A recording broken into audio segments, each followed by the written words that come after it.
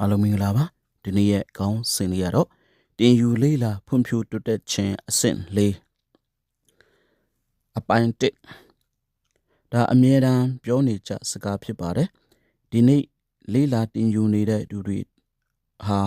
အနာဂတ်မနှက်ဖြန်ရဲ့ခေါင်းဆောင်တွေဖြစ်ပါတယ်လေးလာတင်ယူမှုဒီခေါင်းဆောင်မှုအတွက်တကယ်ကိုအခြေခံကြတဲ့အပိုင်းဖြစ်ပါတယ်ဒါကြောင့်လည်းဒီနေ့မှာတင်ယူမှုလုပ်နေတဲ့ဒီကခေါင်းဆောင်မှုတန်ရာရီစာဖတ်သူတွေဟာနောင်နှစ်တွေမှာခေါင်းဆောင်ကောင်းတွေဖြစ်လာမယ်လို့ကျွန်တော်အနေနဲ့ယုံကြည်ပါတယ်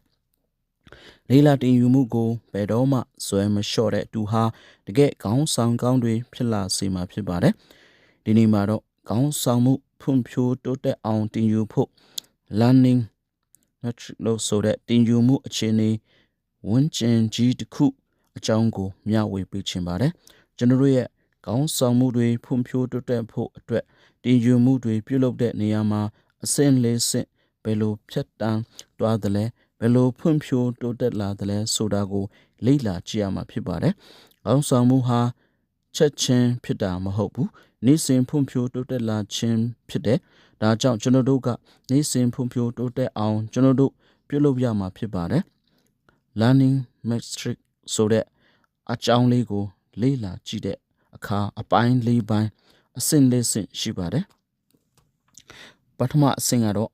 မတိတာတွေကိုမတိတဲ့အဆင့်ပုံမှန်မြင်တွေ့ရတဲ့အတိုင်းနံပါတ်1မှာဆိုလို့ရှိရင် we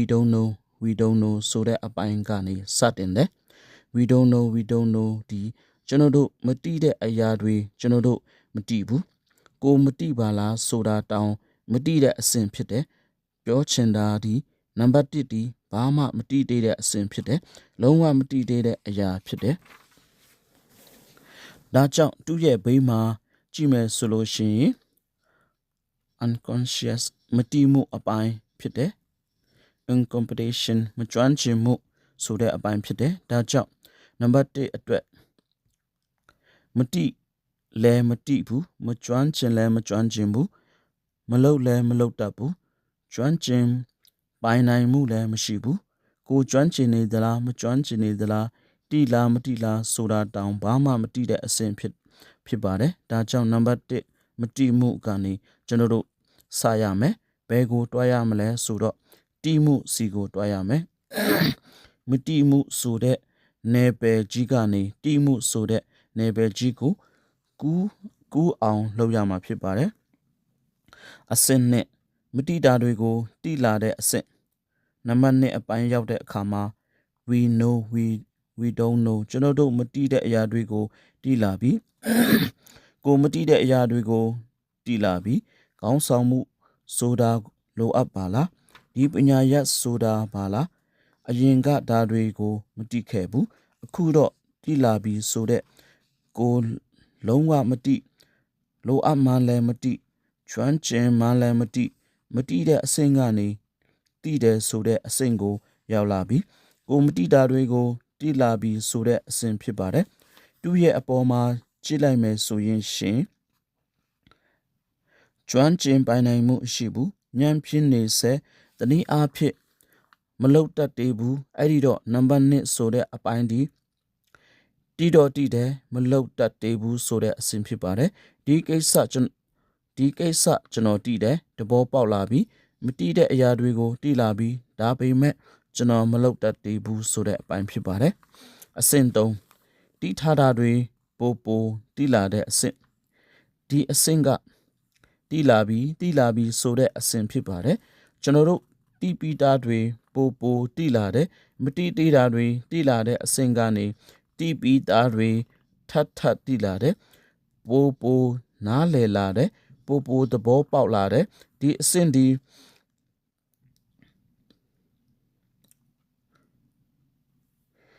တိပီကျွမ်းကျင်တဲ့နယ်စီကိုကူးသွားတယ်အဲ့ဒီတော့တိလာပြီးတကယ်လဲလှုပ်တတ်လာပြီးဆိုတဲ့အဆင့်ဖြစ်ပါတယ်တိလာပြီးပိုပြီးကျွမ်းကျင်လာပြီးအဲ့ဒီအဆင့်ကနေကျွန်တော်တို့ထပ်ပြီးတော့ပိုတိုးတက်လာပြီး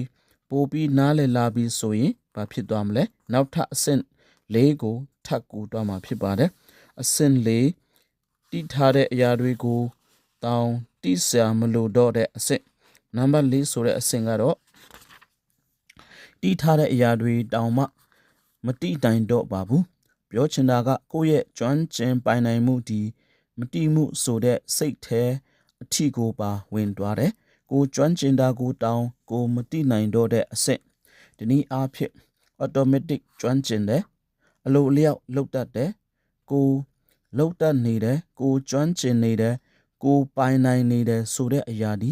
ကိုမတိဘဲနဲ့တောင်လှုပ်တတ်နေတဲ့အဆင့်မြင့်အပိုင်းကိုရောက်ရှိသွားတာဖြစ်ပါတယ်ကျွန်တော်တို့ရဲ့ကျွမ်းကျင်ပိုင်နိုင်မှုတွေမတိစိတ်ထဲကနေကျွမ်းကျင်ပိုင်နိုင်နေတာမတိမှုထဲကကိုကျွမ်းကျင်ပိုင်နိုင်နေတဲ့အဆင့်နားလည်အောင်ဥပမာအနေနဲ့ပြောရမယ်ဆိုလို့ရှိရင်ကွန်ပျူတာကီးဘုတ်မှာကျွန်တော်တို့တွေတိုက်ပင်စာရိုက်တဲ့အခါမှာတကယ်ချင်းမင်းနေကောင်းလားမနှက်ဖြန်တင်တန်းရှိတယ်တင်တန်းတက်မှလားစသဖြင့်စိတ်ကနေတွေးပြီးတော့တစ်ဖက်ကတကယ်ချင်းနဲ့ကျွန်တော်တို့အပြန်အလှန်စကားပြောနေကြတယ်ဒီနေရာမှာရပ်ပင်တွေဝတ်ဆွဲတွေနောက်ပြစ်တွေကကြီးခခွေတွေကစသဖြင့်စကလုံးကိုကျွန်တော်တို့ကစဉ်းစားစရာမလိုဘူးလက်ကအလိုလျောက်ကိုတည်နေတာဖြစ်တယ်ကျွမ်းကျင်နေပြီးတာဖြစ်တယ်တိုင်ပင်ရတဲ့အခါမှာအလိုအလျောက်ကိုတွားနေတယ်ခဏလေးရပ်ပြီးစဉ်းစားလိုက်တဲ့အခါမှာဝတ်ဆွဲကဘယ်လက်လဲနောက်ပြစ်ကဘယ်လက်လဲရပ်ပင်ကဘယ်လက်လဲတဝေထိုးကဘယ်လက်လဲစဉ်းစားတဲ့အခါမှာတခါတလေကြရင်မတိနိုင်ဘူးတို့တော့အဲ့ဒီဟာမတိစရာမလိုဘူးတိစရာမလိုဘဲနဲ့ကိုအလိုလိုတတ်နေတဲ့ကျွမ်းကျင်နေတဲ့အပိုင်းကို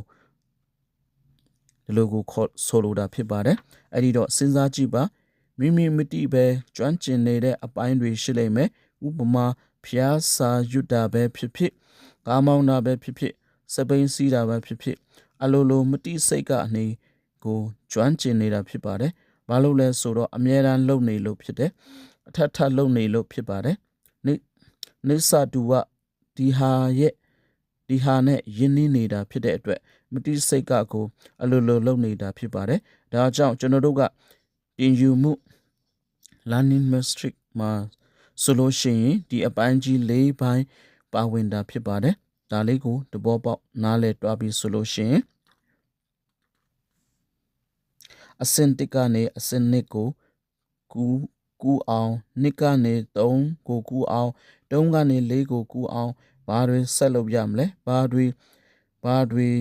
ပါဝင်တယ်လဲဆိုတာနောက်နေ့မှာဆက်လက်ပြီးတော့လေ့လာကြည့်ရအောင်အားလုံးကိုကျေးဇူးတင်ပါတယ်မူရင်းရေးတာတူစာရေးဆရာဖူကျော်စင်ကို credit ပေးပါတယ်ကျေးဇူးတင်ပါတယ်ကျွန်တော်ကိုဖိလစ်ပါ